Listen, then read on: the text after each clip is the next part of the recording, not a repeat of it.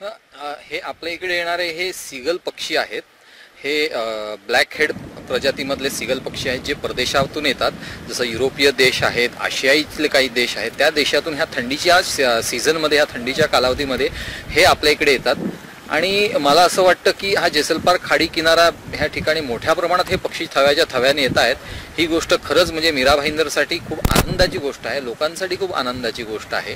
कारण हे पक्षी जे आहेत हे सहसा सगळीकडे कुठेही थांबत नाहीत, पण हे थंडीच्या सीझनमध्ये जे आपल्याकडे येत आहेत तर ती फार मोठी आनंदाची गोष्ट आहे आपल्यासाठी। आणि मला असं वाटतं की लोकांनी ह्या पक्ष्यांचा प्रत्यक्ष इकडे येऊन जरूर अनुभव घ्यावा, त्यांचा जरूर त्यांना पाहावं आणि त्यांचा किलबिलाट त्यांचा ऐकावा।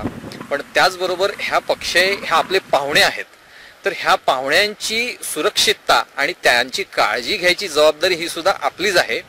तर लोकांना म्हणजे एकंदर कायदे आणि नियमाप्रमाणे आणि जे वन विभागाचं पण जे आवाहन आहे त्यांच्याप्रमाणे असंच आहे की ह्या पक्ष्यांना तुम्ही कुठल्याही स्वरूपाचं खाद्यपदार्थ, मग ते इकडे मी बघतो इकडे लोक त्यांना गाठिये टाकतात किंवा चपात्यांची शिळ्या चपात्यांचे तुकडे टाकतात, तर ह्या सगळ्या गोष्टी टाकू नयेत अशी त्यांना विनंती आहे।